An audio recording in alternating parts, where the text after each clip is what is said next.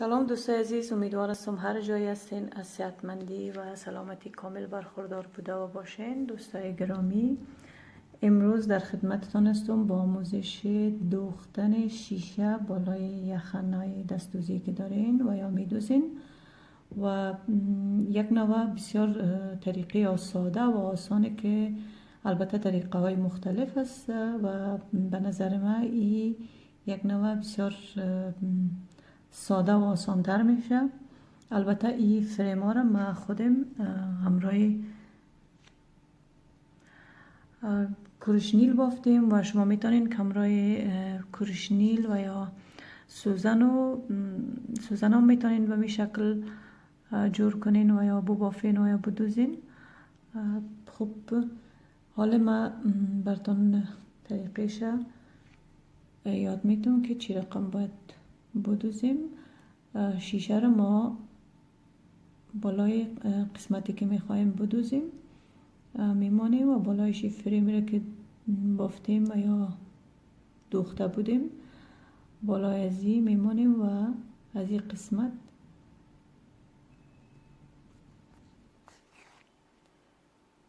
یک چند دانه به خاطر ازی که برای آسانی کار ما یک چند کوک میزنیم که ایره محکم بگیره. بعدا باز ما ایره آسته آسته خوب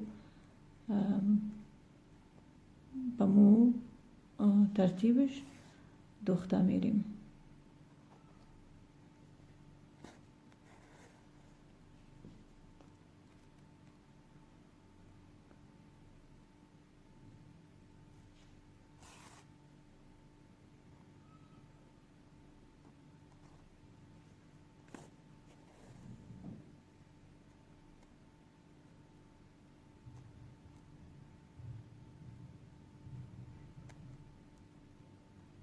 البته میدونین که یک طرف هم بدوزین به خاطر ازی که من میگم یک ذره به خاطر سهولت کار شیشه است پیش آدم بی جای نشه. یک 3-4 کوک کلان کلان اطرافش میزنیم و بعد از او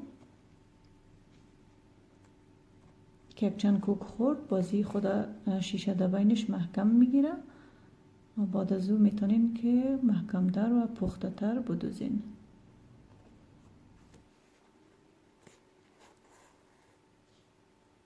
به این رقم حالی این دور دومش است که من میدوزم دوستان.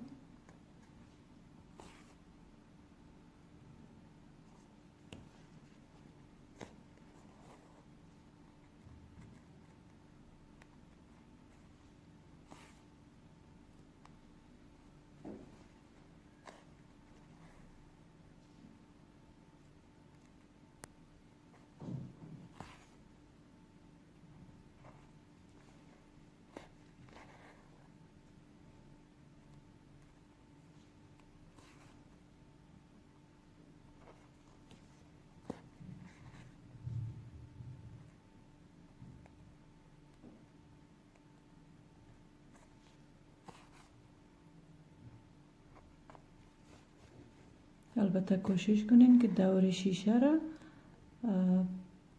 محکم بدوزیم تا آینده باز شیشه ها از مثلا یعنی هر طرف از که دوختین یعنی جای مختلفش خوب کوک بگیرین که آینده شیشه تان از بینش نبره یا که شیشه اگر جایش محکم تر باشه و چیز باشه شیشه شور نمیخوره و تارتان هم خراب نمیشه. به او خاطر باز میتونین که بسیار دوخت و شیشه دوامدار در بین فریم خود باشه.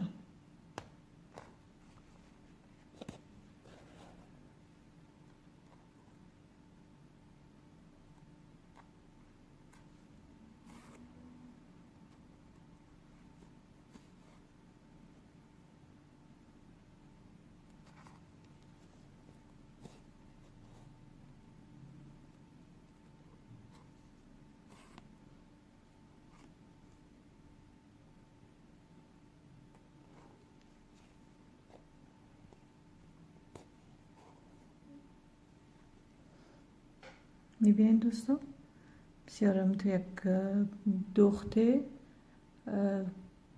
آسان و ساده و بسیار بی عیب و نقصی. یعنی شیشه های ما هم دوخته میشه و فریمش هم آسان ساده است، کدام جنجال نداره. البته ما باز در یک ویدیوی دیگه براتون طریقه بافتن و یا دوختن از این فریم ها هم براتون باز یاد میتونم. خب دوستای گرامی، ای بود ویدیوی امروزی ما.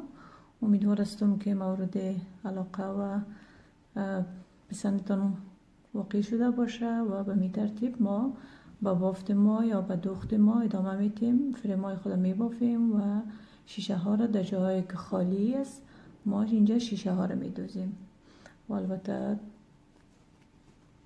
قسمت پشتم تار خود ما محکم میکنیم که تا زود سر تار ما نبره.